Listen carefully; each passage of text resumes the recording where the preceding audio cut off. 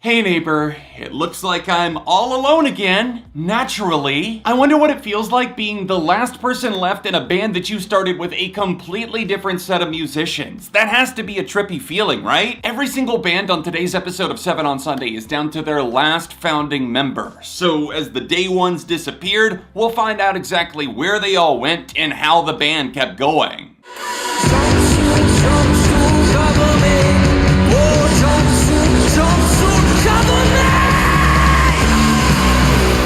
Tyler Jospeh is the face associated most heavily with 21 Pilots, and while they're now known as a duo, at least in the studio, long ago, in a very different world, they launched as a three-piece. Tyler has always been the spiritual lyrical miracle behind the microphone, so that part hasn't changed. It's the fact that before there was Josh Dun blasting out drum beats like a madman, there was Chris Soleil at the kit, along with Nick Thomas on bass. This trio was the original lineup of 21 Pilots. Together they made the self-titled album in the basement of a house they were all living in, trusting Tyler's all-knowing third eye for music as they earned a strong following in their hometown of Columbus, Ohio. Unexpectedly, both of the other members left within a month of each other in spring 2011. I forgot to mention that before Chris exited 21 Pilots, he introduced Tyler to his friend Josh Dun, and I think you can do the math as far as how that worked out. Josh has remained by Tyler's side for over a decade through every era dating back to Vessel. It went from a bare-bones duo pushing genre norms to an explosive live band that absolutely kill it every single show, proving that a lineup change can be a great thing. You know what else is great, John? What's that, John? Status Audio are having a massive Black Friday sale. Maybe you should tell them? What a fantastic idea. Shout out to Status Audio's Between Pro earbuds for sponsoring this video. Why wake up to Raycons or Beats in your stocking when you can grab a pair of the only Bluetooth true wireless triple driver earbuds on the market for just $99 through November 25th. I've had mine for about 6 months now, and I am still blown away by the crystal clear quality. Whether I'm out walking, vibing in the studio, or avoiding eye contact at the store, you already know these bad boys don't leave my pocket. The Between Pros have that triple driver built in, so forget the weak sound that you're used to. These have a dedicated driver for bass, mids, and treble with up to 48 hours of playback per charge. Status Audio makes audiophile quality products affordable, so if you want to treat yourself or maybe someone special this holiday season, these are the perfect gift.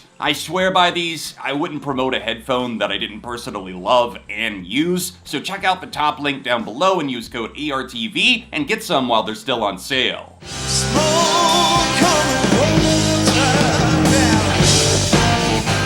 When more than 10 people are listed as former members, you know that you've probably been at it for a while, and Deep Purple have indeed been on the grind since their formation over 50 years ago in 1968. What's unique about these psychedelic English rockers is that their drummer Ian Paice is the last man standing. Drumming is a full contact sport, so for him to be slamming at home well into his 70s despite having a minor stroke, major kudos are due for being the glue. There was a classic lineup of sorts, but you'd have to go back to their first run as a band. Between 1968 to 1975, Deep Purple put out an album every single year, even after vocalist Ian Gillian left the band in 1973. 2 more albums featuring David Cloverdale saw the light of day. After a number of bootlegs, fan campaigns, and endless nudging from their management, Deep Purple made a lasting comeback in 1984, nearly a decade after the interband tragedy sent them into a spiral. They've definitely lost some huge talents over the years, from guitarist Ritchie Blackmore to the late great John Lord on keyboards, but thankfully Deep Purple do still have longtime players in the band, with Roger Glover on bass and their resilient singer Ian Gillian. What will it take to rip the heart from your hate? Trivium's heavy riffage dates back to 1999, when their future frontman guitarist extraordinaire Matt Heafy played a Metallica cover at his high school talent show. Vocalist Brad Luter loved what he heard, invited Matt to jam along with some other friends in the scene, and then they founded Trivium just before the dawning of a new century. By the launch of their debut album Ember to Inferno, big changes were happening inside the group. Matt shifted into his now permanent role as vocalist, with only himself and drummer Travis Smith left from the original lineup. New talent was recruited to replace the vacated roles of guitar and bass, but Travis stuck with the band as things started heating up surrounding the Ascendancy tour and future releases like the thrash metal standout Shogun. It's strange that the drummer position was locked in for that first decade because the 2010s were kind of a revolving door. In a span of just 5 years, Trivium went through 3 more timekeepers before finally finding their perfect match in the insanely gifted Alex Bent. Matt Heafy was able to guide this project from its darkest hours into a place where you can definitely call Trivium a lasting success story. It of course helps that those early 2000s replacements Corey and Paulo are vicious real deal musicians, as Trivium have overcome vocal surgeries and high turnover rates to become one of the most vital metal groups of the century.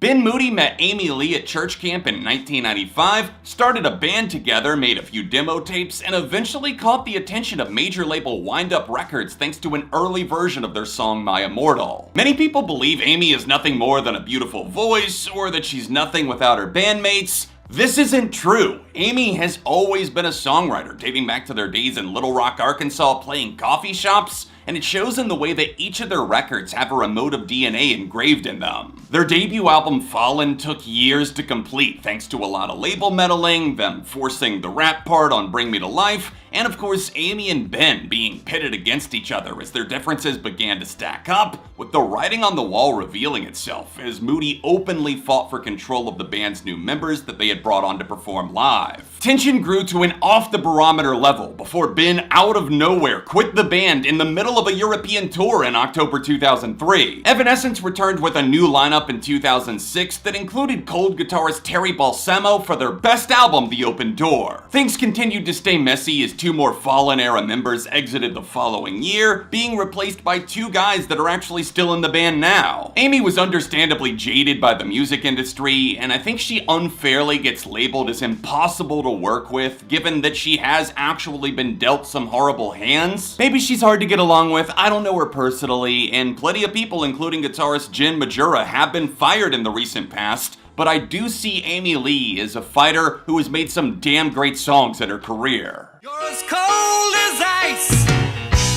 You're willing to sacrifice. Not only is this treasured rock group down to their last founding father, this band that formed in 1976 don't have a single member tenured for more than 20 years other than the beloved multi-instrumentalist and singer Mick Jones. Many notable musicians contributed to Foreigner over the years, including co-founder Ian McDonald of King Crimson, who played on the first 3 records. This massive chart should prove how much of a revolving door lineup they've had. I mean, Mick Jones's progress bar looks like a fucking tank compared to how broken the rest is. But they were never above bringing back old members as surprise guests on tour, and they did have other lasting faces in the band's early years, from the on and off again Lou Gramm to original drummer Dennis Elliott to you may recognize as the last guy before it turned into a game of Tetris. Foreigner stacked up an insane 25 unique lineups, including 3 lead vocalists over time, so it's not surprising that these near constant changes slowed down their creative output by the 90s, with the 1994 album Mr. Moonlight being their last for 15 years. As I was writing this video, Foreigner announced the inevitable farewell tour for 2023 and 2024, and I really think this is a long overdue decision. Despite some health setbacks, Mick Jones will again take the stage guitar in hand even at the ripe old age of 80, which he will be when that last note is played.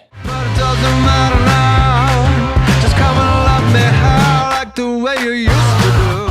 Sludgy desert heat conjures an image of a band exactly like Queens of the Stone Age. There's no denying that this has always been Josh Homme's vessel. I'm just saying, even on the self-titled album in 1998, there was a full band, not just one guy. Lineup changes may shift and shake like tectonic plates, but there's not been a single bad or even mediocre album in the discography, probably because Josh Homme is a musical genius that also surrounds himself with musicians that he learns from and collaborates with. Nick Oliveri, Joey Castillo, the incredible late great Mark Lanigan, that's only a few of the former member names, and there were so many talented members over time that have held it down at Queen's HQ. Queens of the Stone Age was always meant to be modified. I think Josh works a lot like Dave Grohl in the sense that there's a very high standard for versatility and skill for people in the band, which does make it kinda awkward when you have to end up firing multiple members because they're not playing at your level. It's great that Josh found such a guitar stud in Troy Van Leeuwen, who I probably just butchered his name. I've never been able to say it right, but he officially stamped his 20-year anniversary this year, and overall, the current iteration of Queens is a really killer lineup that could definitely last. That is, if Josh Homme doesn't change his mind again.